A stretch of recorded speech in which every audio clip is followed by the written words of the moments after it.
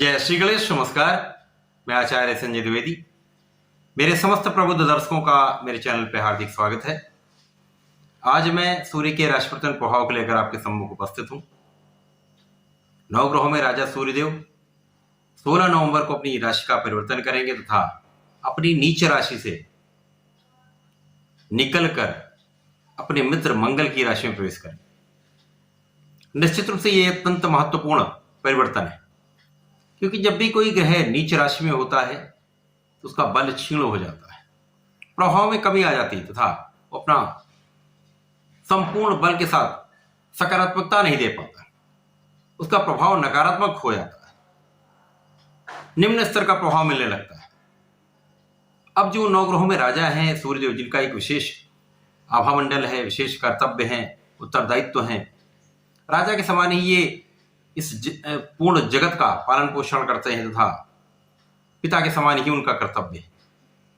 आत्मबल के कारक हैं, पिता के कारक हैं, शासन सत्ता के कारक सूर्यदेव हैं, शासन प्रशासन तंत्र के कारक सूर्यदेव। तो निश्चित रूप से इन सभी भावों में निर्बलता आ रही थी, समस्याएं आ रही थी। जैसे ही सूर्य का परिवर्तन मंगल की राशि में होगा, वृश्चिक राशि में होगा, तो यहां पर ये मंगल के साथ में होंगे। तो मंगल की राशि में मंगल के साथ सूर्य का यह परिवर्तन विशेष रूप से लाभकारी होने वाला है, सकारात्मक प्रभाव देने वाला है, क्योंकि मंगल और सूर्य में असी मित्र भाव है। निश्चित रूप से यह समस्त राशियों को एक सकारात्मक परिणाम की प्राप्ति कराने वाला है, परंतु ये अलग अलग राशियों के लिए अलग अलग भाव में बनेगा, उसी के अनुसार ही परिणाम की प्राप्ति हो। आज मैं धनु राशि के लिए सूर्य के राशि परिवर्तन का क्या प्रभाव मिलने वाला है, संपूर्ण विश्लेषण मैं पूर्ण तर्क के साथ करने जा रहा हूं। प्रिय दर्शकों, यह राशिफल आपके चंद्र राशि पर आधारित है, अर्थात जन्म कुंडली में यदि 9 नंबर में चंद्रमा विराजमान है तो आपकी धनु राशि है। धनु राशि के लिए यदि हम अवलोकन करें तो धनु राशि के स्वामी गुरुदेव बृहस्पति हैं। यहां पर गुरुदेव बृहस्पति का गोचर मंगल की मेष राशि में चल रहा है। यह बताना अत्यंत आवश्यक इसलिए है क्योंकि सूर्य का जो परिवर्तन हो रहा है वो मंगल के साथ मंगल की वृश्चिक राशि में, दोनों कहीं न कहीं से संबंधित भाव है, एक ही ग्रह के दोनों राशियां हैं। तो यहां मंगल की एक राशि में सूर्यदेव होंगे, मंगल की एक राशि में गुरुदेव बृहस्पति होंगे, जिनके लिए हम इस राशि का राशिफल देखें। अब यहां पर यदि हम अवलोकन करें तो यहां पर सूर्यदेव भाग्य के स्वामी होकर द्वादश भाव में गोचर करना प्रारंभ करेंगे। अब द्वादश भाव जो कि एक तरह का भाव है, एक नकारात्मकता का भाव है, व्यय का भाव है, एक्सपेंसेस का भाव है, परंतु सूर्य को किसी प्रकार का कोई तर्क दोष नहीं लगता है। एकमात्र सूर्यदेव ही ऐसे ग्रह हैं जहां पर यह प्रभाव नहीं मिलता है। तो यहां पर सूर्यदेव भाग्य के स्वामी होकर जब द्वादश में होंगे तो कुछ निर्बल अवश्य होंगे, परंतु जो लोग विदेश में रहकर कार्य कर रहे हैं, जो लोग विदेश जाना चाहते हैं, विदेश जाकर ज्ञान लेना चाहते हैं, विदेश जाकर कार्य करना चाहते हैं, उनके लिए श्रेष्ठ समय है, उनके लिए विदेश जाने का योग निश्चित रूप से बनेगा। जो लोग विदेश में रहकर कार्य कर रहे हैं उनके भाग्य के कारण धन की प्राप्ति का योग बनेगा। अब यहां पर निश्चित रूप से आपके ज्ञान में वृद्धि होगी, आपके संतान का पक्ष बलवान होगा।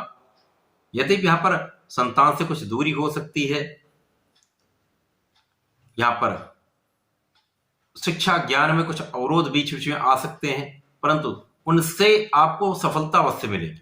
यदि आप ज्ञान का कार्य करते हैं, ज्ञान से संबंधित कुछ कार्य करते हैं, यदि आप ज्ञान के प्रयोग से कोई कार्य करते हैं, तो निश्चित रूप से यह समय आपके लिए लाभकारी है।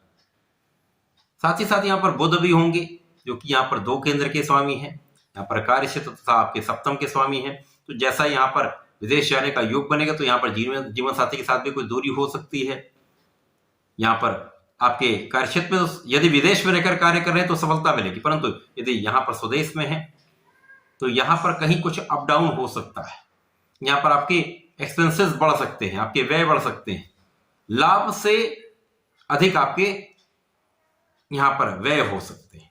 थोड़ा यहाँ पर आपको नियंत्रण रखना होगा। व्यय बढ़ना एक अच्छा है यदि आप कहीं कुछ क्रय कर रहे हैं, अपने लाभ के लिए, अपने सुखों के लिए कुछ उपार्जन करना जा रहे हैं, या आप कुछ क्रय करना चाह रहे हैं, भूमि भवन का क्रय कर रहे हैं, तो ये व्यय अच्छा है, परंतु अपव्यय से आपको बचना चाहिए। इस समय में सोच विचार कर आपको निर्णय लेना चाहिए। अपने पूर्ण ज्ञान के प्रयोग से, अपने बुद्धि का संपूर्ण उपयोग करते हुए आप यदि कार्य करेंगे तो यहाँ सफलता अवश्य मिलेगी।